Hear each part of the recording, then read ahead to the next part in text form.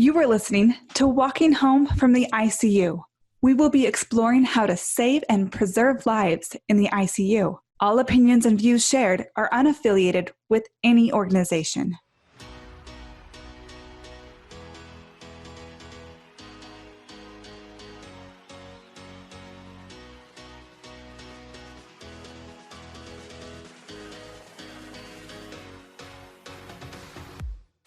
Now we've had penetrating insight into the sufferings of ICU survivors themselves. Yet, we would be missing a big part of the picture if we dismissed the other survivors of these stories, the loved ones. These are the spouses, children, friends that received the life-altering phone call that their loved one was in the ICU. These are they that have spent weeks at the bedside struggling through uncertain futures and often burdened with the life or death decisions for those that are in medically induced comas. They too are ICU survivors. So what about them? What wounds are inflicted and scars left on their lives? What is it like to go from spouse or child to full-time caregiver after the ICU? Studies show impressive rates of PTSD in caregivers, up to 61% in some ICU survival cases. Mike Maranhas, author of 2 Weeks in Winter, is with us now to share the journey he and his wife took before, during, and after the ICU. Can you tell us about what Bella's life was like before her ICU stay?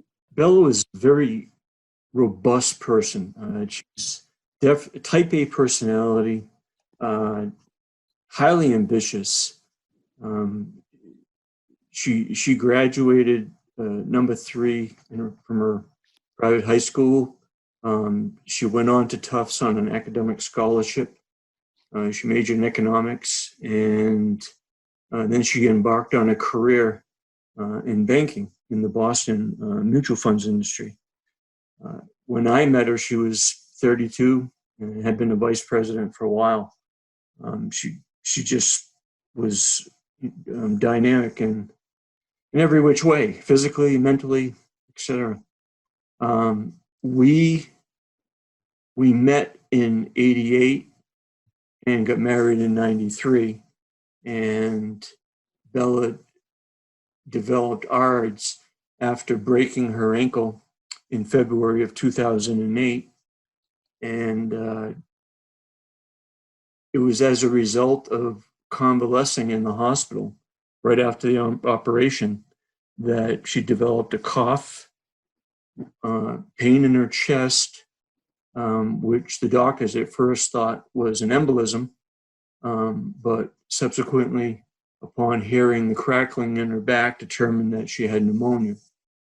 And within 48 hours of having that initial cough, we found her on I call it life support, more oxygen than the convalescent ward could deliver. And she had to be moved to the ICU. And it was several days after that she was intubated and put on a ventilator. How long was she in a coma for? She was in a coma for about 25 days, completely under, but she was highly sedated to the point of both. This is prior to the coma and the coma, for about 50 days. So there was 25 days in which she was so-called medically induced. But beyond that, she was on heavy fentanyl, propofol, and other drugs. And it was roughly about 50 days. I guess we can start with, what was it like to not be able to communicate with her during that time? To answer your question, before she was even placed in the coma, there was tremendous fear because she knew something was desperately wrong, and she was losing the ability to communicate. I still have pieces of paper on which she was trying to write to me her thoughts, her fears, stuff that she wanted done. I mean, standing side by side, and she couldn't get the words down. So that barrier in communication even before she entered the coma, was prohibitive. It stopped us from being able to share ideas. I mean, even things with finance to do with the house, things I had to take over, never mind her fears in the ICU, even minor things. But the major things was what she was facing. She had no idea what was wrong with her. And when she tried to ask questions, she felt she was being ignored. I think in reality, she had lost the mental acuity to comprehend the nurse's responses because I was understanding them, and I would try to explain to Bella. So there was that. I can't overstate how afraid she was, the anxiety, and then when she was placed in a coma, and there's a lot more to this, but I'm going to answer your question directly. We lost all communication. And there were a lot of things, numerous things I would have wanted to ask her on a daily basis. Number one, about further questions about how she wanted to be treated, because we had discussed that ahead of time, even before she entered the hospital. How would she want to be treated in a life or death situation? But but what happened was her condition and her scenario became so fluid that the as much as we had discussed her the hypothetical possibility that she would be put on life support and could die, we hadn't addressed every detailed possibility. There's no way I could have thought of everything. So communication with her while she was under would have been wonderful, and also just to assuage her fear. I had been told, and I had also done some research and realized that patients that are in a medically induced coma do not lose their senses. I assumed she was highly perceptive to the audio and anything tactile that was occurring around her. So I was very careful about what I said because I didn't want to raise her anxiety. And I was also very careful about what other people said in the room. We had limited visitors, but I made sure they didn't say anything that would prompt her to react, obviously in a way that I couldn't see because she was on a paralytic agent. It would just be cerebral. I think that's as much as I can say right now. And, Bella sounds like she's very independent and definitely had her opinions and her wishes. So what did that burden do to you to have to make all those decisions for her? Like I mentioned, Bella broke her ankle on a casual walk near our house. A piece of granite broke underneath her size 4 feet. And that's what caused her to suffer a compound fracture in her ankle. Required surgery, so I had her placed in a Boston hospital. She had her surgery. This is what led to her ARDS. This happened in February of 2008. However, in July 2001, she suffered a subarachnoid hemorrhage, a ruptured brain aneurysm, and so that was really the first major medical crisis in her life. ARDS was the second, and when we went through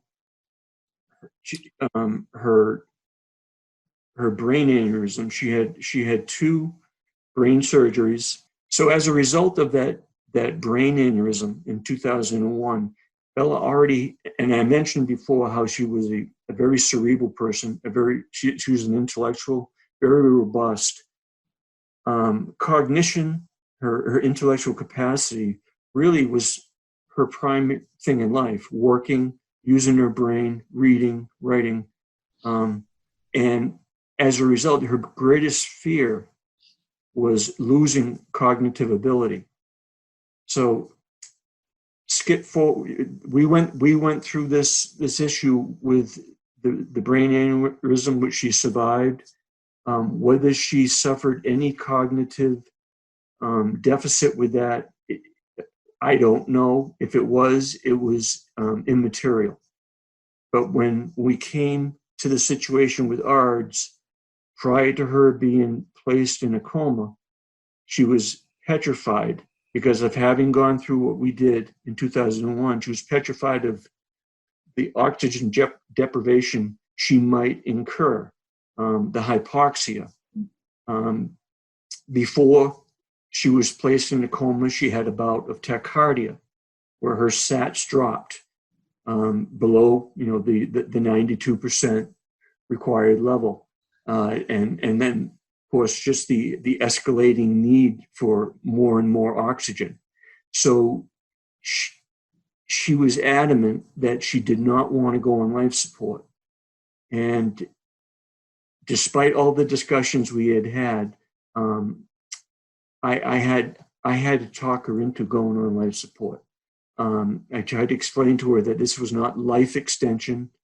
This was not something where she was going to be on. She was an elderly person who we were just trying to extend her life, where there really was no reason other than the extension per se. That this was simply a temporary measure so that her body could heal and that she could then return to her normal state. And that distinction between life extension and life support, it was something that I had thought of while we were going through this discussion and trying to emphasize that delineation, and that I would make sure that I would not let her cross over into the second stage, which is what she feared, life extension. And so as a result, in talking with the pulmonologists, we reached a conclusion that someone with ARDS, if they don't recuperate, if they don't turn the corner with their ABGs, their SATs, their ability to breathe on their own, by the 2-week period, the chances are they're not going to make it. And so we were able to use that as a deadline. At first, Bella only wanted 1 week, and then just in collaboration with her pulmonologist, I was able to get her to agree to 2 weeks. And I promised her that at 2 weeks from the day they put her under, no matter what, I would take her off life support, off the ventilator, off of oxygen, and let things go. And that she agreed to that with reluctance, with great reluctance. But she agreed to it, and she put all her trust in me. So that put me in a situation where I made a commitment to my wife, a very serious commitment, that I would let her die if she didn't recover within 2 weeks. And that decision and her being placed in the coma led to 2 weeks of hell. Wow. I'm just trying to imagine what kind of stress and burden that would be. And then after 2 weeks, she still wasn't better. So how did you make that decision? Well, what happened, that for anyone that has been through ARDS and understands ARDS, knows that it's a roller coaster ride. You get a little bit better, you get worse, you get a little bit better, then you get worse. Whatever it is that caused this ARDS, the septic or the sudden inflammatory response syndrome that led to sepsis, that led to ARDS, just took a toll on her. Within that 2-week period, her entire body failed. Every major organ failed. I had to call her brother, who lived on the West Coast. I had to call him home twice within a 1-week period. He had to fly home if he wanted to see her before she passed. And that was based on doctors' recommendations. She was on full 100% oxygen. In addition, she required PEEP. Get to the point where I knew what metrics to look at constantly, but there was nothing I could do. All I could do throughout this period was pray. And my spiritual life helped me tremendously, because there was nothing else on which I could rely. You couldn't rely on medicine, because medicine couldn't even tell me what had caused this. None of the doctors could really explain even what caused sepsis, what caused the systemic reaction, why her body was reacting when other people's don't. I was, the only thing I could do was research. I was clueless. So I went into I became like an automaton. I just was focused. I was just focused on her. We live an hour away from the hospital. I drove in, spent the day with her, and came home late at night and got some sleep and just went in the next day and stayed attentive to what was occurring on a day-to-day basis. We had a meeting at 4:00. It was in a large room. It was filled with all the surgeons and nurses from the ICU pulmonary ward that had worked on Bella, as well as doctors from palliative care and the social worker that had attended to me during this ICU stay.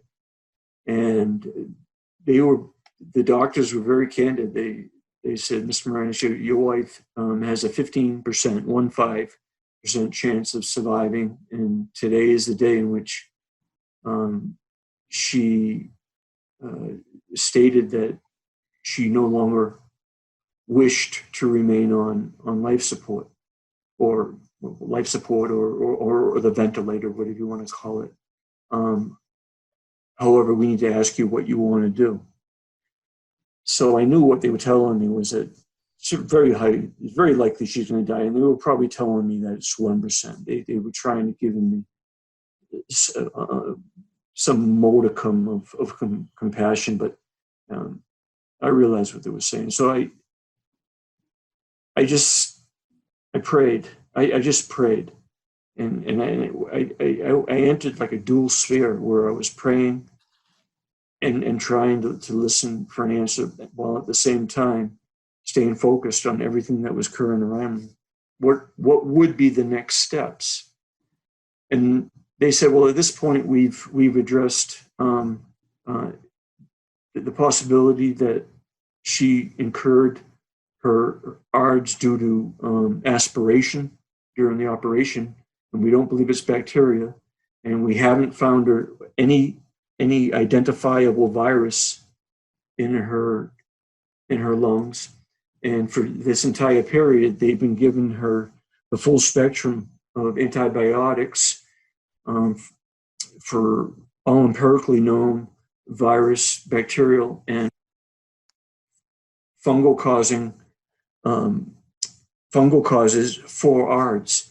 So all that was left was addressing what they had identified was a fungal deposit in her sinus cavity, and replacing her intubation with the tracheotomy. And I said, what do you think? I mean, is there a chance?